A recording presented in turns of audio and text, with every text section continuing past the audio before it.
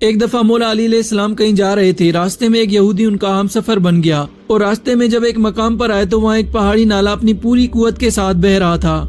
حضرت علی علیہ السلام وہاں رک گئے، یہودی نے ایک چادر پانی پر بچھائی اور خود اس پر بیٹھ گیا اور چند لمحات کے بعد وہ خیریت سے دوسرے کنارے پہنچ گیا۔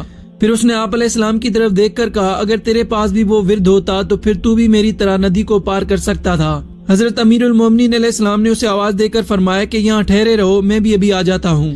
پھر آپ علیہ السلام نے پانی کو اشارہ کیا، پانی آپ علیہ السلام کا اشارہ پا کر فوراً جم گیا اور آپ علیہ السلام بڑے آرام و سکون سے اس کی سطح پر چلتے ہوئے دوسرے کنارے پہنچ گئے۔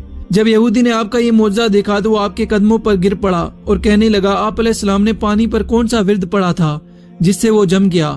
آپ علیہ السلام نے فرمایا کہ نہیں، پہلے تم بتاؤ کہ تم نے کون سا ورد پڑا تھا جس کی برکت سے تم چادر پر بیٹھ کر دوسرے کنارے پہنچ گئے۔ یہودی نے کہا، میں نے تو ایک اسم اعظم پڑھ کر اللہ سے دعا کی تھی، یہ اسی اسم اعظم کا اثر تھا جس کی وجہ سے میں نے چادر پر ندی کو پار کر لیا۔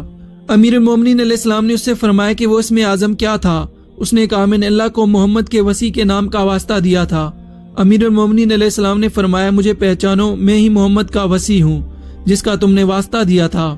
یہودی یہ سن کر آپ علیہ السلام کے ہاتھوں کو بوسہ دینے لگا اور اس نے کلمہ پڑھ کر اسلام قبول کر لیا۔